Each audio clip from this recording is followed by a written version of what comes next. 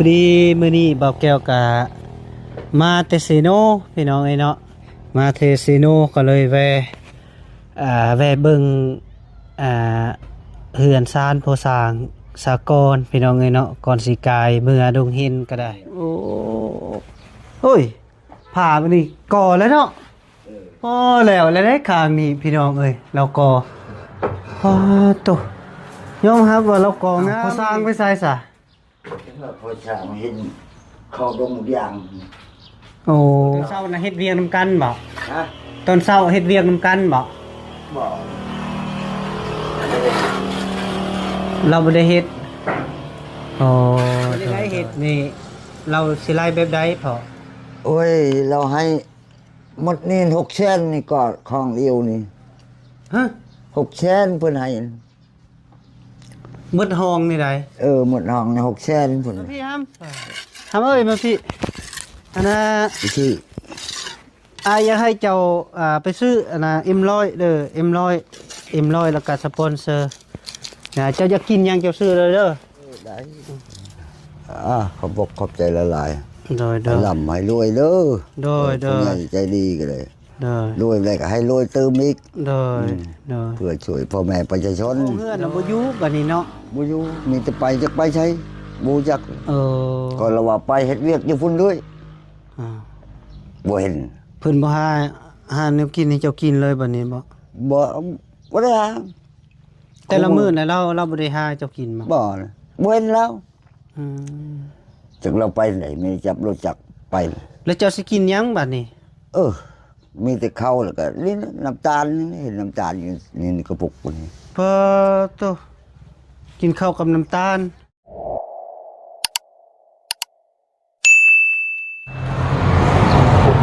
อ้าวพี่น้องไงเนาะพอดีเปิดภาพก็อยู่ที่บ้านพอสร้างไว้สุกคือเก่าพี่น้องไงเนาะพอดีมื้อนี้บ่าวแก้วก็มาเตซิโนพี่น้องไงเนาะมาเทซิโนก็เลยแวะเบิ่งเฮือนซานโพสร้างสากลพี่น้องเนาะก่อนสิกายเมื่อดงเห็นก็ได้คนอื่นก็คาบทักทายสบายดีและสวัสดีเด้อพ่อแม่พี่น้อง FC เบิดสุขสุขคนบ่ว่าอยู่ในหรืออยู่ต่างประเทศก็ยินดีต้อนรับเข้าสู่ซองบ่าวแก้วคือเก่าพี่น้องเนาะพอดีกะค่อนข้างก็ร้อนพี่น้องมื้อนี้กะเอาแห้งจากพ้นสิตกหรือบ่ยังบ่ฮู้พี่น้องเนาะก็พอดีเปิดคลิปก็เห็นบักคำพี่น้องสบายดีเด้อล่ะเด้อโดยมาผู้เดียวบ่2 คนกินละข้าวกินแล้วโอ้พี่น้องเนาะพอดีก็เห็นแต่พ่อผู้เดียวพี่น้องพ่อบอกแก้วก็ยักลืมแหละซื้อลาวก็ได้พี่น้องจักพ่อยังก็บอกแก้วลืมเนี่ยซื้อลาวพี่น้องเนาะมีแต่เราอยู่ผู้เดียวมื้อนี้ก็ได้เนี่ยเราก็พาเพื่อนคนพี่น้องเราก็ได้สบายดีเด้อพอเด้อสบายดีโดยผู้เดียวบ่อยู่ผู้เดียวบ่เดียวกับร้าน กับล้านพอยอดินบอกช่วยโดยพอได้ย่อดินบอกซอยนั่นแหละโอ้เฮ้ยผ่าไปนี่ก่อแล้วเนาะพอแล้วได้ข้างนี้พี่น้องเราก่อพอโตยอมรับว่าเราก่องามอีหลีพี่น้องโอ้เมื่อวานนี้เพิ่นกำลังเทคานเทิงแล้วก็เพิ่นก่ออยู่แล้วเด้นี่พี่น้องอ้าวพอสร้างไปใส่ซะ พอช่างเห็นเข้าดงอย่าง โอ้ ต่อมันช่างไปต่อ เราเข้าดงบางอย่างบ่ แม่น เราเข้าผู้เดียว ผู้เดียวคือช่างเครื่องมือมันเข้าไปอ่ะ ฮะ ที่เครื่องมือมันเข้า โอ้ คนนี้ยังรู้จัก เด้อเราเข้าติดนแล้วบ่ ก็มาเอาเครื่องมือมายิง โอ้ เราเข้ากับพระเจ้ามาฮอด อ๋อเด้อ ตอนเช้าน่ะเฮ็ดเวียกนำกันบ่ ฮะ ตอนเช้าเฮ็ดเวียกนำกันบ่ บ่ เราบ่ได้เฮ็ดโอ้โดยเจ้ามาแล้วก็บ่เห็นลาวบ่หรือเป็นใด เห็นเด้ ๆเห็นแต่เราเข้าดงมะยางพุ่น แต่ว่าโอ้ยบ่มีเงินแล้วไปหาเงินเพิ่นว่า อ๋อ เพิ่นเอาไปหาเงินแต่บ่มีเงินแล้วมันหมดเลยเพิ่นว่า โอ้เพิ่นว่าบ่มีเงิน มันหมดเลย โอ้เงินเบิดโอ้บ่จักสิว่าเด้อตัวนี้ก็ได้เบิดก็เบิดเฮ็ดจะได้ซะเนาะอืมเพิ่นก็สวยบักหลายแล้วเงินเบิดก็บ่จักสิว่าคือกันแหละเฉพาะซื้อบล็อกนี่เพิ่นก็พากมาให้แล้วเด้5ล้านมันก็ครบแล้วละว่า1,500มันก็กลัวเนาะบอกก็ก่อนหนึงเท่าใด 3,000 แม่นแล้วว่ะ3 มีแต่3ล้าน4ล้านหนึง3ล้านปลายบัดนี้ซื้อนี่ก็อีกก็เงินก็เบาบี้มาให้ก็8จักและอันนี้ข้อยก็ยอมคือกันแหละ เฮ็ดจะได้ซะเนาะพอเนาะเลยแก้ไขบ่ได้พี่น้องเอ้ยเพราะว่าเงินก็เพิ่นก็ซอยหลายแล้วพี่น้องเอ้ยแต่ว่าบ่มีเงินยอมแล้วนี่ก็เพิ่นกำลังก่อพี่น้องเอ้ย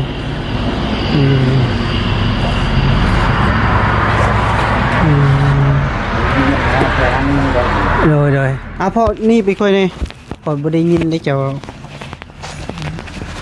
เลยบ่เปียกบ่นี่เป็นบ่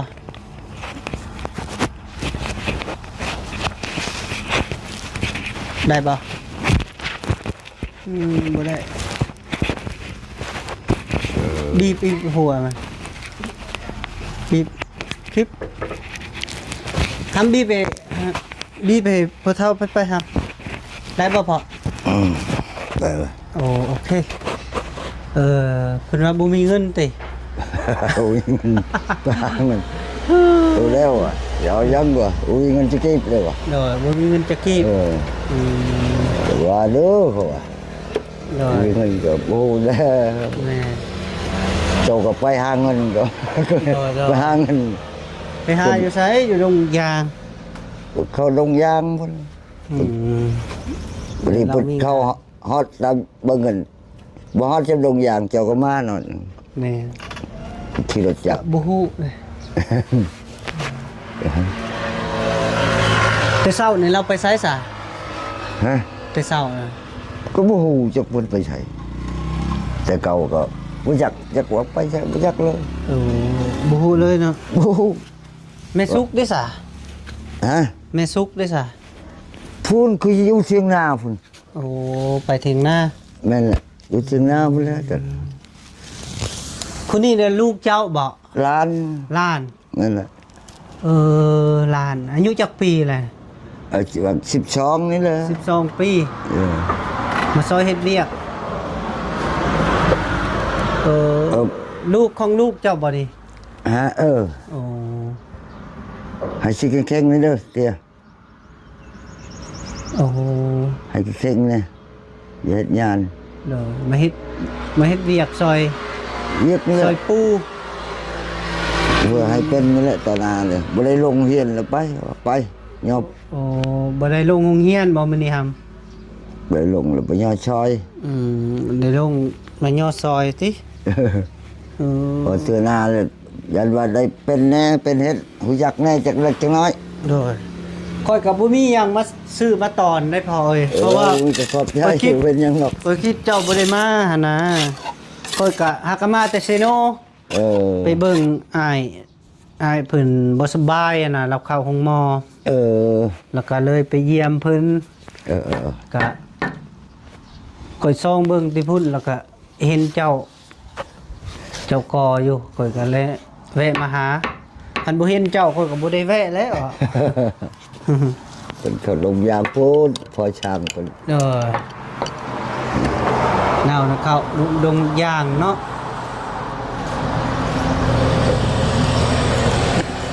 เป็นได้เฮ็ดนี่เราสิไล่แบบใดพอ โอ้ยเราให้หมดนี่6 แสนนี่ก็ของเดียวนี่ ฮะ 6 แสนเพิ่นให้ หมดห้องนี่ได้ หมดห้องนี่6 แสนเพิ่นว่า อ่า ไปแล้วล่ะ บ่ว่าติ เอาเพิ่นเอาว่าให้6 แสนเอา โอ้ บ่จบมันบ่มีเงินเฮ็ดไปห้องเดียวซื่อนี่บ่แม่นหมดช่องห้องเดียวนี่ ที่แรกก็ร่วมกันอยู่บ่คุยกันอยู่บ่ ก็เพิ่นว่าให้6 แสนเพิ่นว่าคันมีก็สิเติมอยู่รับเพิ่นว่าคันมันมี อ๋อ นั่น อ๋อแสดงว่า เพิ่นว่าคันว่ามันมีเงินบ่มีก็บ่ได้เติมได้6 แสนแล้ว อืม อีก3ก็เอาช่วงเวลาบ่มีเงินก้อยก็บ่มีคือกันก็จะเฮ็ดไปได้ ดอ พอได้ซื้อน้ำมันพอได้ไถนานี่แล้วห้องนึงก็ยาไปหาเฮ็ดบอนไม้อีกนะ ดอสมมุติว่าค่อยสิเฮ็ดห้องน้ำนี่ค่อยสิให้เจ้าไปเฮ็ดนี่เจ้าก็สิไปบ่ เฮ็ดอีไส นี่นะโกบกน่ารักไกลๆนี่ ไปอยู่ อืม ไป ไปก็ไปนอนอยู่พุ่นเลย เออน อนอยู่เฮือนตอนเช้ามาแล้วก็จะกลับไปเฮ็ด ได้ยินอยู่ช่างบ่ชวนเจ้าไปเฮ็ดห้องน้ำนี่พุ่น แหม ว่าเฮ็ดห้องน้ำก็เว้าให้มันละเอียดเด้ก็ว่าเราบ่ตัวกันบ่เป็นเนาะ แนวมาแล้ว เพิ่นจ้างนึงตัวเว้านึงแบบนี้ชุดว่าจ้าง5 ล้านเจ้าว่า2 ล้านแบบนั้น โอ้ยลีแล้วต้องว่าละเอียดแล้ว บอกว่าเรามันจะเป็นคนแบบนี้เลย เนาะ บุญนี้นะไว้ยังเราบ่ชัดชื่อโอ้ยมันเบี้ยวกันอุ๊บ ไผสัตว์ซื่อย อม บ่สัตว์ซื่อบ่ บ่ชัดชื่อ โอ้เราเว้าเบี้ยวอีหลีแหละเบิ่ง ก็จะแม่นว่าเอ้ากันว่าเจ้าอยากลื่นก็ลื่นดำแชนเนาะ เนาะ อันนี้เนี่ยโอ้ยมันลายพุดก็ไปกันมีแต่ช่างโมเมนต์เดียวจ้ะ เนาะแม่ มีแต่ช่างโมเมนต์กันกรรมกรคืออยู่ เนาะ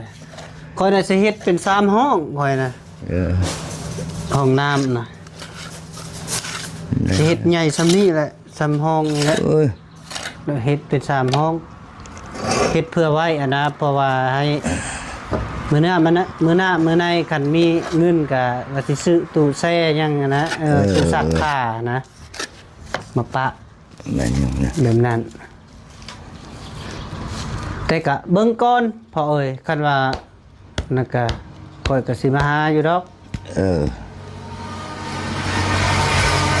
เรื่องว่าค่อยนี่บ่เคยตัวภัยได้ค่อยนะทำได้คำนั้นเอาได้คันไผเฮ็ดนำค่อยบ่ถึกเทื่อเดียวจบ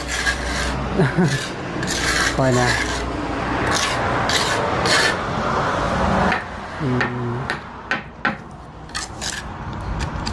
โอ้พี่น้อง ก็จะจาก 6 แสน ก็จะจากกันก็ย้อนแบบนี้เลยตีไปนำกัน โอ้ วันนี้เบิ่งเลยพูดกว่า ดอย มันพูดแล้วไปก็บ่จะไปบัดนี้ ดอย แล้วก็เจ้ามีหมู่มีครู แม่นล่ะ นั่นว่าโอ้นั่นวันนี้นั่นแล้ว ดอย แล้วล่ะจ้ะ คนเฮาคันว่าสัตว์ซื่อ บ่ชัดชื่อ สัตว์ซื่อต่อกันมันก็ดีได้ไปใส่ก็ได้คันว่าบ่สัตว์ซื่อโอ้บ่ได้และไปนำกันเด้อ ชัดชื่อ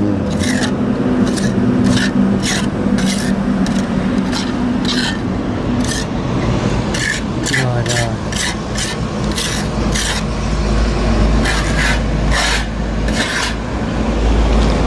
ชีวิตอยู่ดงมุกย่างนี่ก็เพิ่นก็ให้โยให้ข่อยเถื่อพัน แล้วคนว่ามาเพ่เจ้าประตูคนไทยอยู่เอาว่ะคนช่วยจะแน่1,000คนว่ะ อ๋อเฮ็ดอยู่อันน่ะ ไทยแหละจะมันยังชื่อบ่ชื่อซั่นนะชื่อคนเตี้ยๆนะผู้นั้นบ่แม่นหรอกพวกนั่นเบาเหยาวบ่แม่นเบาจักเบายังเบาบุญบ่ บ่าวบุญหรือว่าบ่าวตูนบ่ ซึ่งว่าคนเตี้ยๆนี่หรอกบ่ได้ชูงหรอกคน อ๋อบ่าวตูนแหละ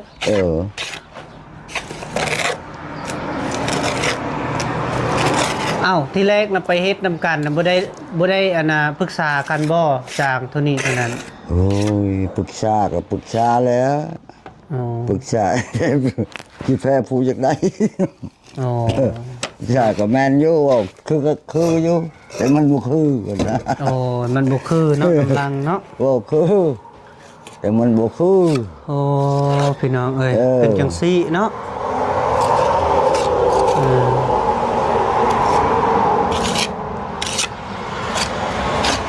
ว่าทอกันแต่มันบ่แม่นทอกันจ้ะเฮ็ดเงินไปแนวไหม แม่แหวนนี่เพิ่นเอิ้นมื้อนั้นเพิ่นเอิ้นมาแล้วเพิ่นก็ให้นะเพิ่นบ่มีบ่อยู่นี่ได้เอาลูกมา โอ้ ก็เห็นเลย เนาะ ช่วยอย่างนี้หรอก วงกบนี่ก็เจ้าตั้งเองติ คนเองได้ตังค์เลย อืม คนเองเด็กคะแนนจะละพุทธิเอาตังค์พุทธิได้แล้วเอ้ยห้องประช่าง เนาะ ดีคะแนนพุทธักเอง เจ้าเป็นติกอเนาะ มันวิดเบี้ยวกับบุมีพุทธิวันนี้ เนาะ พุทธิไว้ตังค์เองเลย เนาะเจ้าก็งามมิลีเนาะพอตู มัน เนาะ ว่าคอยตังค์มาด้วย งามมิลีพี่น้องให้เราก็นะคันผู้มาโบกก็โอ้ยใส่ใจแล้วนี่เนาะ อุ้ย โบกเข่งคักแล้วเราก็แบบเพียงเลยพี่น้องเอ้ยเราก็เพียงคักอยู่เลยโอ้ยโบกก็งามพี่น้องเอ้ยปูนนะคักอยู่บ่แม่นย่องเราดอกพี่น้องเอ้ยทั้งงามมีลีเลยเราก็ วางโครงการญี่ปุ่นก็คอยหับห้องน้ำ เนาะ โครงการญี่ปุ่นพวกเฮ็ดโรงเรียนนั่นดิ อืม เขาหับโรงเรียนคอยหับห้องน้ำ เนาะหาตรง ช่อง น้ำ บอนบึงทะเลกับนาแก โอ้จะไปฮอดพุ่น บึงทะเลนาแกนี่ อยู่ไสน่ะแก เอามันกลาย พา บ้า ลาน น บ่ บ่ฮอดพลานนะ มันฮอดนาแกก่อนจึงว่าเข้าพลานบ้านกลาง โดย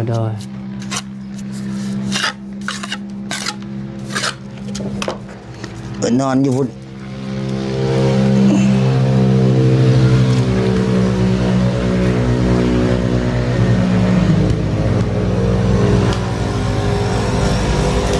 เจ้าก็เห็นหุ่งเฉยเนาะตาจะดีเนาะพอเนาะ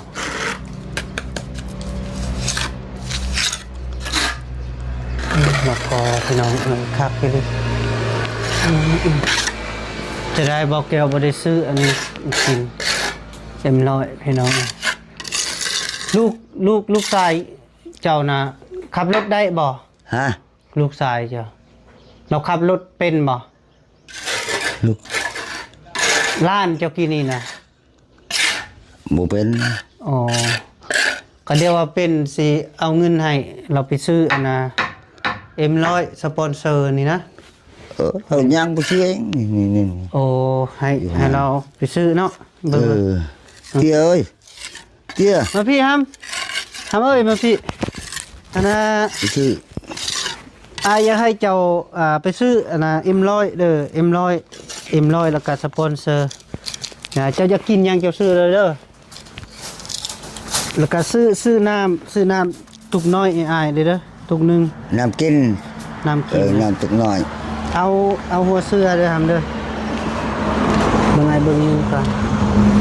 อืมอ่ะ น้ำกินน้ำตึกน้อย ตุกก้างนะตุกใหญ่ก็ได้ตุกใหญ่เอามาเลยตุกใหญ่ เจ้าน่ะเจ้าอยากกินหยังเจ้าซื้อโลเด้อแล้วก็เอาM100กับสปอนเซอร์โอเคพี่น้องเอ้ยให้น้องเพิ่นไปซื้ออันน่ะM100กับสปอนเซอร์ก่อนให้พ่อตู้พี่น้องเอ้ยแล้วก็บักหำเพิ่นอยากกินหยังเพิ่นก็ซื้อเองพี่น้องเอ้ยเพิ่นอยากกินหยังเอาโอเคก็บ่มีเงินคือกันพี่น้องเอ้ยเบิดแล้วมีแต่สต็อกไว้ที่ว่าทางผู้ใหญ่ใจบุญเพิ่นแหละให้เทอละเล็กละน้อยแหละเพิ่นก็บิแบ่งนะฝากมาให้แล้วก็โอเคก็ไว้ไปแบบนี้แหละเจอแล้วก็เลยซื้อประเภทในว่าเพจแนวมีแห้งหั่นล่ะพี่น้องเอ้ยให้พอตู้แน่กินน้ำ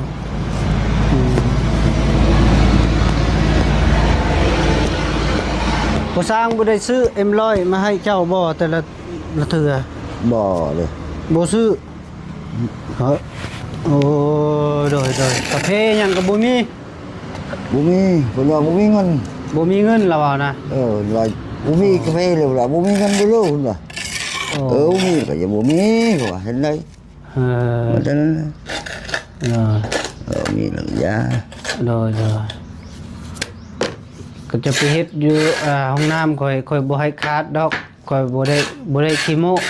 ก็สิซื้อกาแฟให้เจ้าเป็นซบมาให้เลย เจ้ากินเองเจ้าอยากยามใดเจ้าก็ส่งกินนู่นแหละ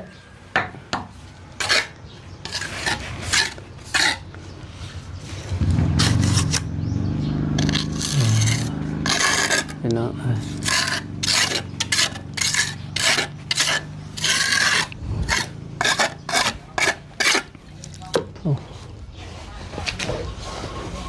ข้างนี้เจ้ากอมาเช้านี่บ่เลยตอนแรงมาเช้านี้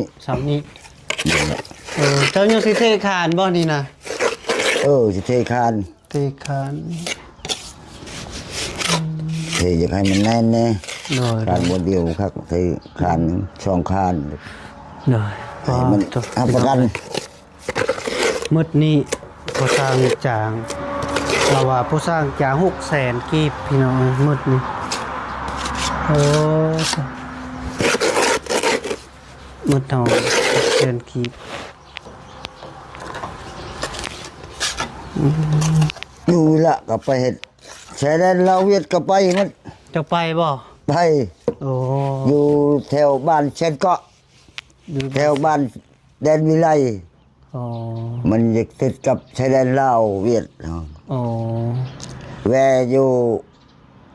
บ้านนรงเกาทางไปเมืองนองขึ้นพุ่นทางตะวันออกไปเฮ็ดแล้วก็เฮ็ดวันนี้แล้วก็จ้างโดยแล้วมาจะไปเบิดเนาะไปตามมีเงินนี่แหละอุ้ยแล้วไปก็จาก4 คนพวกก็ไปกันเลยโดย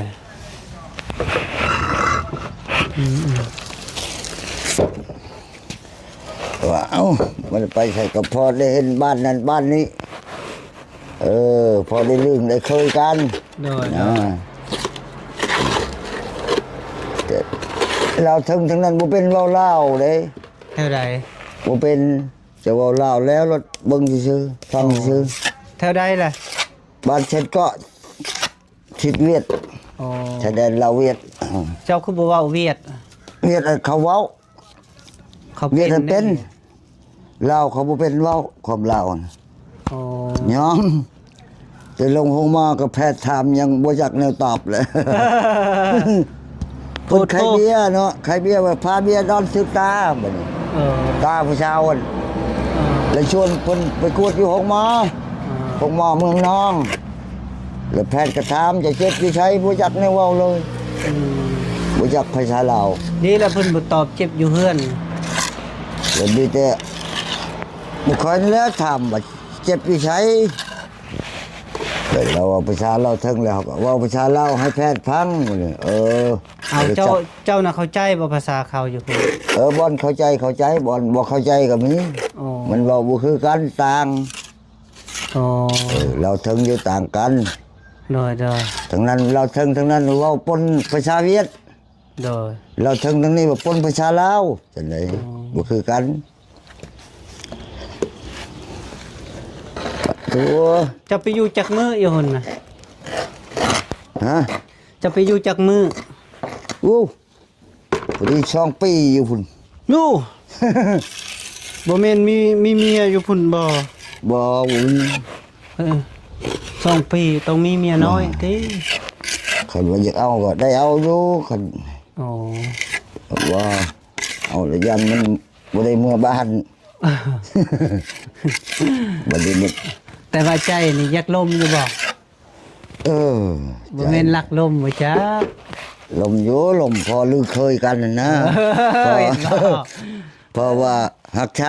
ตัวเองหั่นนะ โอ้ หักชาพอให้เอาไปรอดอยู่บ้านเพิ่น โดย มีบ่ลืมบ่เคยหักแพงกันเป็นเอ้ยเป็นน้อง ไปใส่เฮาบ่ได้ซั่นนะ โดย ตกบ้านได้โอ้ยผู้นั้นว่ามากินข้าว โอ้ผู้นั้นดีได้นี่ได้เขาเอาเลย โอ้ แล้ว โดย อยู่ได้ ดี แบบ แล้ นั้ วน เขาแพงได้คันเว้าอันนั้น แม่น เดี๋ยวเอาพอเท่าพอตู้ลงมาพี่ก่อน จะ โดยจะเอาขนมบ่ลูกเอาซื้อเบิดเลยติจะซื้อเบิดเงินเลยบ่โอเคพี่น้องเอ้ยเบิดก็เบิดบ่เป็นหยังดอกไปลงใช่ตัวนี้ก่อน เติมพลังก่อนก็เฮ็ดเวียกเมื่อยแล้วลงเติมพลังก่อน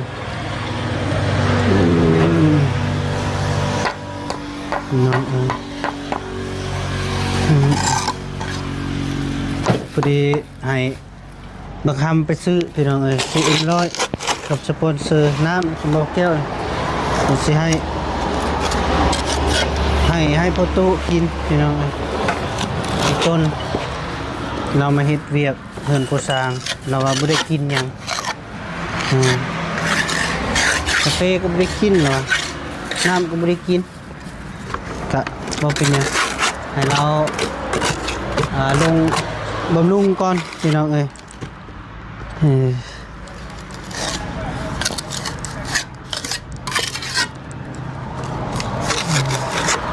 แล้วก็ตรงนี้แล้วก็เราให้เราลงกินก่อนพี่น้องเอ้ย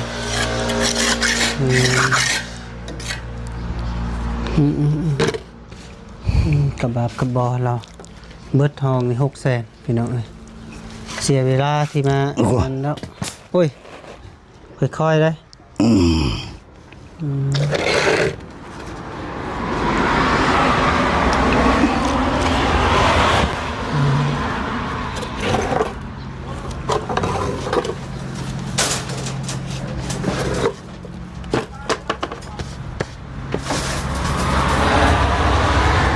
เจ้านั่งตั้งก็ได้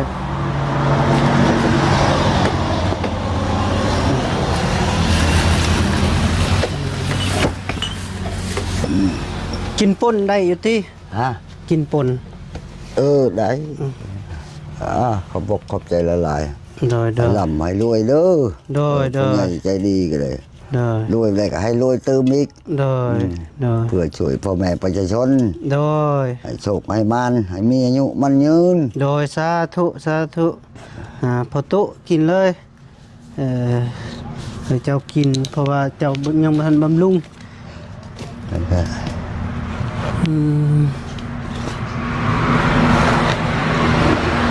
เราก็เท่าเติบพี่น้องเอ้ยพ่อจนแต่แค่นี้ตาเราดี ตายังเห็นแจ้งอยู่ติดตา อันชื่อนี่ยังได้ อ่านหนังสือก็ยังได้ ได้ โอ้ถือว่าเก่งมากโอ้เรากินพี่น้องเอ้ย ฟังเพิ่นเราว่ากินผักเทียมกับหัวผักบัวว่ะ โอ้ ตาแจ้งนั่นน่ะ ตาใส เห็นหุง โอ้เห็นหุงเจ้าก็กินอยู่บ่ กิน อืม กินลองเบิ่งคือเพิ่นเราเลยยังอ่านหนังสือได้อยู่กลางคืนก็เลย โ โอ้ มันกลางเวรละเบิ่งกลางคืนก็อ่านออก อืม บางคนหาก็เกิดก็เป็นน้องอีกแล้วบ่เห็นหุงเลยว่ะ โดย เป็นน้องหรือจักใส่ปีหรือยังบ่เห็นหุงย้อม โดยอืมโอเคเนาะกินแล้วบ่ข้าว ยังเลย ยัง ยัง ได้ยังกินมาเลย จังว่า เจ้าของเฮือนน่ะบ่อยู่บัดนี้เนาะ บ่อยู่มีแต่ไปจักไปใช้บ่จัก ก็ละว่าไปเฮ็ดเวียกอยู่พุ่นด้วย อ่า บ่เห็น เพิ่นบ่หาแนวกินให้เจ้ากินเลยบัดนี้บ่ บ่ได้หา แต่ละมื้อน่ะเราบ่ได้หาให้เจ้ากินมา บ่นะบ่เห็นแล้ว อืม จักเราไปไหนมีจับรถจักรไป แล้วเจ้าสิกินหยังบัดนี้ มีแต่ข้าวแล้วก็นี่น้ำตาลนี่เห็นน้ำตาลอยู่นี่ในกระปุกพุ่นนี่ พอโตกินข้าวกับน้ำตาลแต่เช้านี่ใด แม่นบ่เห็นหยังเบิ่งก็บ่มีหยัง บ่มีหยังเลยเอ้า แล้วก็บอกร้านเด้อกันอยากกินเด้อ โอ้ กินหยังบ่กินได้ก็ว่า กินข้าวกับน้ำตาลนี่ใดจะมา จำ เฮ็ดเวียกหนักๆอยู่นี่ใด จำตัวนี้เลย โอ้ บ่เห็นหยังว่าเมียเพิ่นอยู่นี่ก็บ่เห็นเมียเพิ่นมีแต่อยู่พุ่น โอ้ตอนเมียเราอยู่น่ะได้กินบ่ของกิน บ่ บ่ บ่ได้กิน บ่ได้กิน เห็นเมียเลยเว้นว่าเมียกินแนมบ่ได้มาบ่เห็นเลยอยู่นี่ไปได้เดี๋ยวเลย โอ้ มันอยู่เที่ยงเจ้า โอ้ค่อยละคิดมีแนวอยู่แนวกินได้ค่อยจึงซื้อเอ็มลอกคันบ่ก็สิให้บักคำไปซื้ออันนั้นแหละโอ้พี่น้องเอ้ยกระบาบกระบอนี่อัน เดี๋ นี้ ยวเพิ่นมาเมื่อกี้นี่ก็มาเอาเครื่องมือเพิ่นอยู่น่ะ อืม แนมเบิ่งว่าเพิ่นไปพุ่นบ่แม่น โดย เขาลงยางพุ่นไป โดยพื้นภัยก็ไม่ได้ดังติ บ่นี่ เอาแล้วบ้านนี้เฮ็ดไปแล้วไม่เฮ็ดเถื่อนเฮ็ดหนักเวนี้บ่ได้กินข้าวเจ้าก็ไม่ได้ถือเข้ามาที่เฮือนบ่ นี่เขา เข้าน่ะเจอมา เขาเพิ่นนี่ล่ะ อืมแต่คงกินน่ะบ่มีอืม แต่มันก็ว่ามีเขาแหละอยากก็มีเกลือก็จำเกลือ โอ้ ว่ามันนั่นนะท้องยาว่าจะเห็นเลย โดย พอให้มันแล้วห้องนึงเลยหมดดินบล็อกนี่ก็เช่าว่า อืม มันยังหมดแต่ดินบล็อก อืม ทางไหน พอโกรธ เพิ่น พี่ ว่า น้องเอ้ย พอได้นอนเพิ่นว่าเดี๋ยวถาม กินข้าวกับเกลือ แต่ยังบ่ทันกินที่เนาะเจ็ดจะได้เดเข้าขายยังเด้แถวนี้นะอืม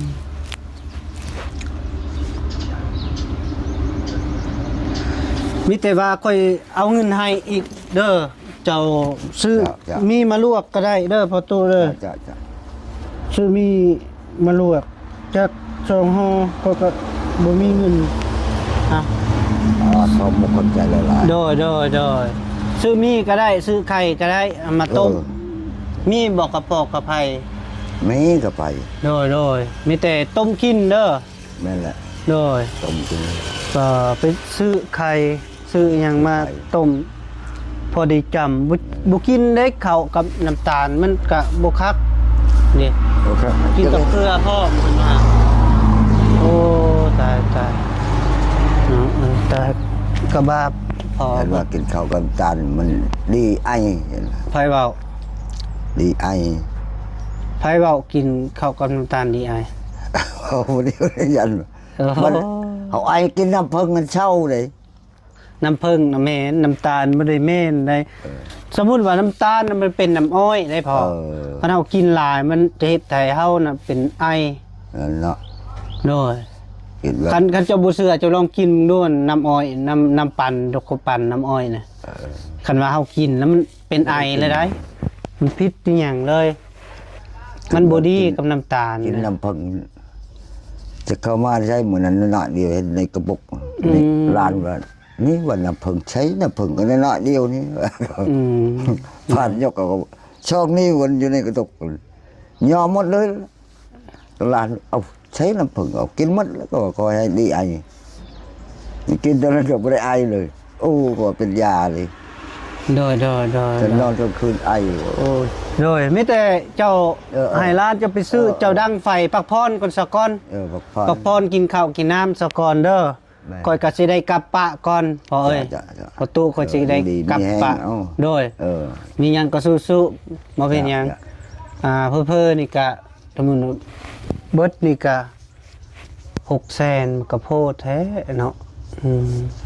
เขาแห่งก่อเขาไรเป็นกะเลไปได้เนาะ แล้ว แม่ คนไหน600,000ก็เอา โดย ก็ได้นอนให้ได้เพิ่นก่อน โดยแต่ว่าเจ้าก็บ่มี ผู้ชมมันบ่มีเงินแล้วก็เฮ็ด อ๋อ บ่มีจะเก็บหรือบ่เฮ็ดได้เด้ เออ เดิ โด น ย ออกหน้านี่ออกหอนนี่เพิ่นควักบอกมาแวะมันพี่ก้อนเพิ่นว่า โด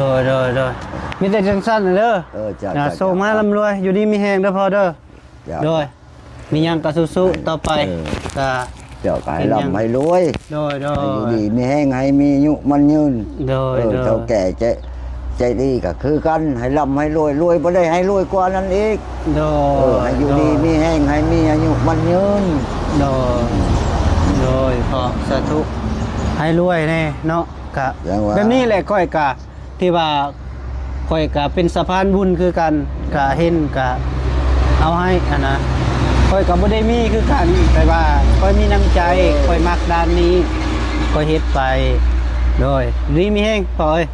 โดย โชคดี โดยขอเนาะพ่อแม่พี่น้องเอ้ยเนาะพอดีพูดคุยกับพ่อตู้เพิ่นก็ก่อเฮือนพอสร้างนี่ก็เล็กน้อยเพิ่นก็ว่ากินข้าวกับน้ำตาลบ่มีแนวอยู่บ่มีแนวกินนะว่าเจ้าของบ้านก็บ่อยู่พี่น้องเอ้ยเจ้าของเฮือนก็ได้ไปแล้วก็บ่ได้กินข้าวซ้ำกินข้าวกับน้ำตาลว่าซั่นพี่น้องเอ้ยเพิ่นว่าเอาขออยู่ดีมีแฮงเด้อพ่อแม่พี่น้องหมดสุขุทุกคนไปเห็นคลิปนี้ก็อย่าลืมกดไลค์กดแชร์กดติดตามส่องวาวแก้วคือเก่าหั่นล่ะพี่น้องเอ้ยเนาะเป็นสะพานบุญคือเก่าขออยู่ดีมีแฮงมันคนยืนตลอดปีตลอดไปโดยบายบายเด้อมาสู่คู่สู่คน